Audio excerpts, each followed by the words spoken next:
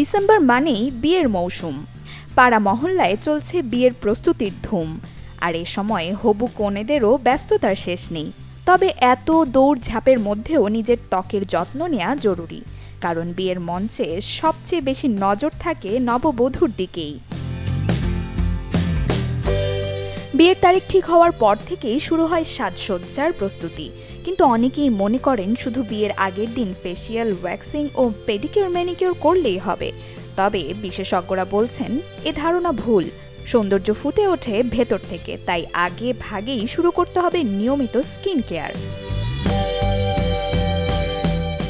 প্রতিদিন সকালে ঘুম থেকে উঠে কুসুম গরম পানি দিয়ে মুখ ধোয়া, তারপর ফেস ওয়াশ ব্যবহার, এটাই হতে পারে দিনের শুরু।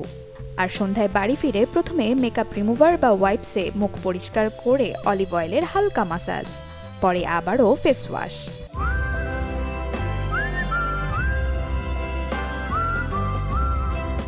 সুস্থ ত্বকের জন্য দিনে কমপক্ষে 2 বার মুখ ধোয়ার পরামর্শ দেন বিশেষজ্ঞরা।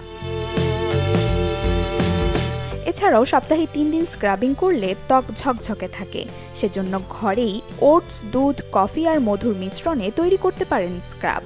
এতে দূর হবে মরা কোষ, ত্বকও হবে আরও কোমল।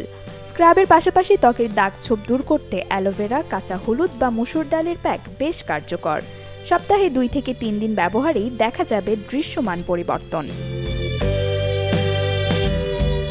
শরীরের ক্লান্তি বা ত্বকের নির্জীব ভাব দূর করতে পাকা কলা আর টক দইয়ের প্যাক হতে পারে দুর্দান্ত বিকল্প। মাত্র 15 মিনিটেই ফিরে আসে সতেজতা।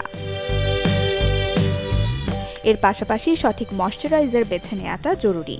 তবে শুধু বাইরে থেকে ত্বকের যত্ন নিলেই হবে না, চাই পর্যাপ্ত ঘুম, দুশ্চিন্তামুক্ত থাকা আর নিয়মিত পুষ্টিকর খাদ্যাভ্যাস। Desk report, channel 24।